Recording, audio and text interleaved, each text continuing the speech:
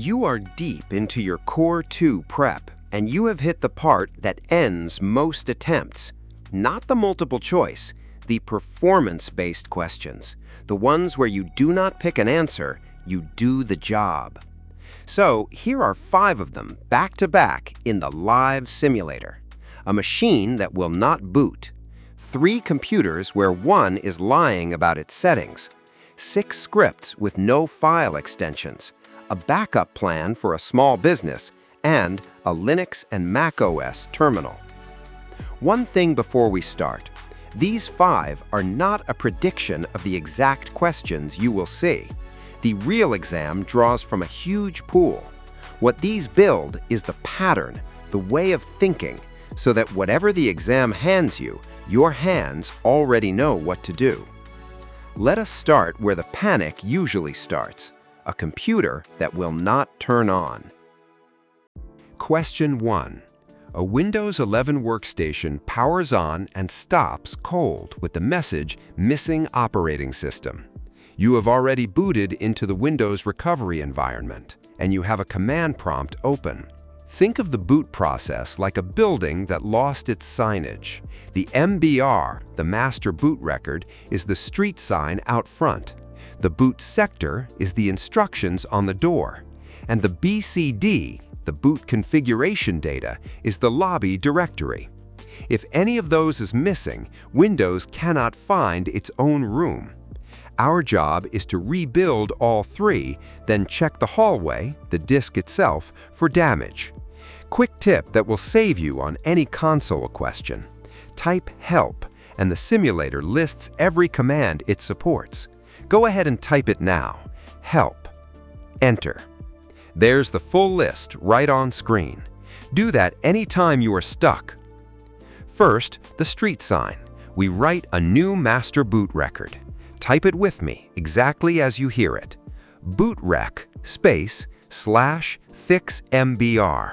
All one word after the slash. fixmbr. Check your line against mine, then press enter. The operation completes successfully. That's the street sign back up. Next, the instructions on the door. Same command, new switch. bootrec /fixboot. Again, one word after the slash, fixboot. Press enter, done. That is 2 of the 3 signs back on the building. Now the lobby directory, the BCD. Type bootrec /rebuildbcd. That is rebuildbcd, all one word. Press enter and let it work. It scans the disk, it finds the Windows installation, and then watch the console, because this is the part people miss. It asks a follow-up question. Add installation to boot list. Type Y for yes and press enter. The repair does not count until you answer that prompt. Finally, we check the hallway for damage. This one is all about the spacing, so type it slowly. chkdsk C:/F.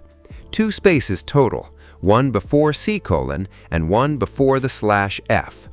Look at your line. If both spaces are there, press enter. The F tells it to fix the errors it finds, not just report them. Give it a moment to run. So, the pattern for a dead boot.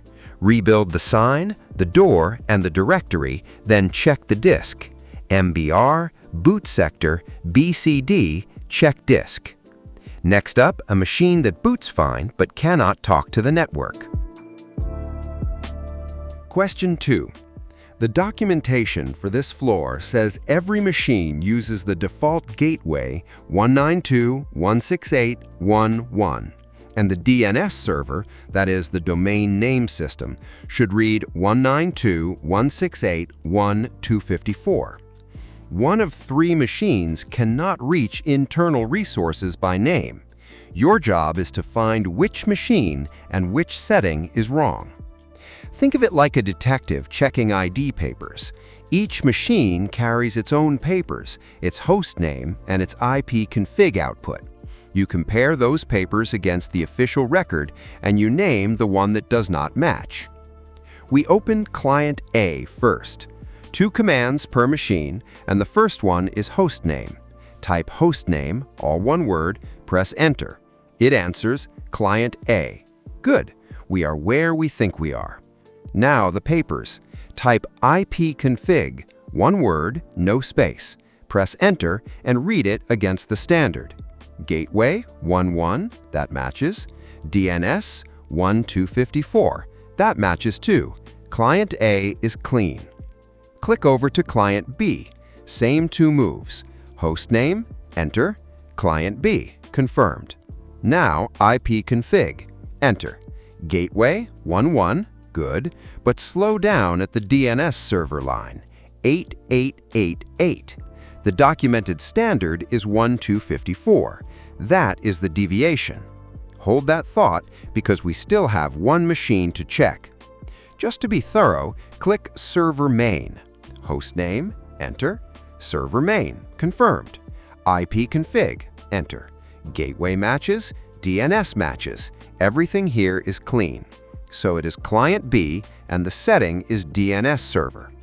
That one setting is why the machine struggles. DNS is what turns names into addresses. 8888 is a real public DNS server, so this machine can still reach the internet, but it cannot resolve the internal names that only this floor's own DNS server knows. So we follow the report. In the panel below the terminal, select Client B as the machine, then select DNS server as the setting, check both choices one more time, and submit. The pattern: run hostname and ipconfig on every machine, compare each line against the documented standard, and the odd one out is your answer. On to something a lot of people are scared of: scripting. Question 3. Scripting. And I know this one makes people nervous, so let us make it simple. You have inherited 6 automation scripts from a tech who left, and the file server stripped their extensions. All you have is the contents. Before you run any of them, you have to identify each one and give it the right extension. The trick is simple. You do not have to read the whole script. Think of it like recognizing a language by its accent. The first line or two gives it away every time. First file. It opens with !bin/bash. That opening line is called a shebang, and it names the interpreter. That is a bash shell script, a .sh file, the kind that runs on Linux and macOS. Second, it starts with @echo-off. That is pure Windows batch, a .bat file. Nothing else opens that way. Third, write-host and restart-service. Those verb-noun commands are PowerShell's signature, a .ps1 file. Fourth, import OS and print. That vocabulary is Python, a .py file.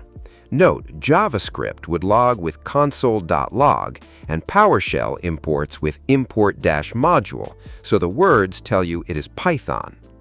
Fifth, dim and create object wscript.network.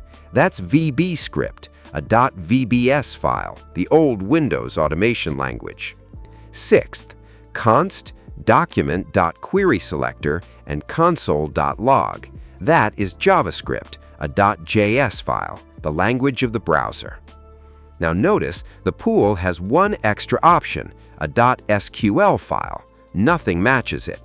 That's a distractor, and the real exam does exactly this. One more choice than you need, so you eliminate instead of guess. The accents to memorize. Shebang is bash. @echo-off is batch. Verb-noun is PowerShell. Import and print is Python. Dim and create object is VBScript. Console.log is JavaScript. Quick pause. 3 down, 2 to go. Everything you have watched so far, the dead boot, the detective work, those 6 scripts, lives on the Interactive PBQ Simulator at techvaultacademy.com. Same screens, same commands, except you are the one typing. If you want your hands to know this before exam day, the link is at the top of the description. Now, backups. Question 4, and this is the one that catches even experienced techs because it feels like a matter of taste. It is not. Every requirement here states constraints that lock in exactly one answer. One analogy makes the 3 backup types click. Think of photocopying a book. A full backup copies the whole book every night. A differential copies everything written since the last full. An incremental copies only today's new pages. Requirement 1. The accounting server must be restored from a single backup set in one operation, and the nightly window is unlimited. Only a full backup restores in one step from one set, so full. Requirement 2. The branch file server needs the smallest possible nightly job even at the end of the week, and a longer multi-step restore is fine. An incremental copies only what changed since the last backup of any kind, so it stays small all week. A differential would grow every night, so incremental. Requirement 3. The design pool cannot fit a full backup nightly, but a restore must never need more than 2 backup sets. That rules out full, and it rules out incremental, which needs the full plus every increment. A differential restore is always exactly 2 sets, the last full plus the newest differential, so differential. Requirement 4. Complete the 3-2-1 rule. At least one copy must survive a fire or a ransomware outbreak that destroys everything in the building. Only an off-site or immutable copy survives that, so off-site. And there is a trap in the pool. RAID 1, mirrored drives. It looks protective, but it is not a backup. A mirror instantly copies the ransomware's encryption to the second drive, and both drives burn in the same fire. Redundancy is not backup. The takeaway: fall is the whole book, a one-set restore. Differential is everything since the last full. It grows daily, a 2-set restore. Incremental is just today's pages, the smallest window. And 3-2-1 is 3 copies, 2 kinds of media, 1 off-site. Last question, a different operating system entirely. Question 5. The design team runs macOS laptops and an Ubuntu Linux box, and today's tickets are all terminal work. You match the right command to each task. Think of it like walking into a different shop. The jobs are the same ones you already do on Windows: permissions, ownership, admin rights, installs, processes, searching, and IP info. Only the tool names on the pegboard change. Make a script executable. That is chmod, chmod. Mod is short for mode, the permission bits. Chmod plus X makes it executable. Do not confuse it with change own. Transfer folder ownership. That is change own, CHOWN. Own for owner. It changes whose name is on the folder, not what they are allowed to do. Run one command with root privileges. That is sudo, which stands for superuser do. It only elevates one command. It does not install or search anything by itself. Install a package. That is apt, Ubuntu's package manager. In real life, you would run it with sudo, but the tool that actually installs is apt, not sudo. That is the classic mix-up. Snapshot the running processes. That is PS, a one-time list. Its live, always updating cousin is top, and ls just lists files, so watch those. Search for text inside a file. That is grep. It's the one command here that reads inside files. Show the machine's IP configuration. That is IPA, short for IP address. It's Linux's answer to ipconfig. And the pool has an extra, ls, which just lists a directory. It matches no task. The mnemonics. Chmod is mode, permissions. Change own is owner. Sudo is superuser do. Apt installs. PS snapshots processes. grep searches text, IPA shows addresses. And that is all 5: boot repair, network identification, scripting, backups, and the Linux and macOS terminal. Every one of them a performance-based question, the kind you have to do, not just recognize. Here is the honest part. Watching me do these is a good start, but the exam does not ask you to recognize, it asks you to perform. If the first time your hands touch one of these is on exam day, you are walking into a game you have only ever watched. And the cost of getting it wrong is real. A failed attempt is $265 to sit it again. That's the price of practicing the wrong way. So do this instead. Every simulation in this video lives on the Interactive PBQ Simulator at techvaultacademy.com. Same interfaces, same tasks, except this time you're the one typing the commands and making the calls. You practice until it is automatic. Not sure you're ready yet?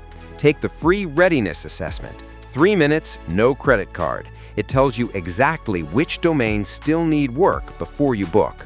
The link is at the top of the description.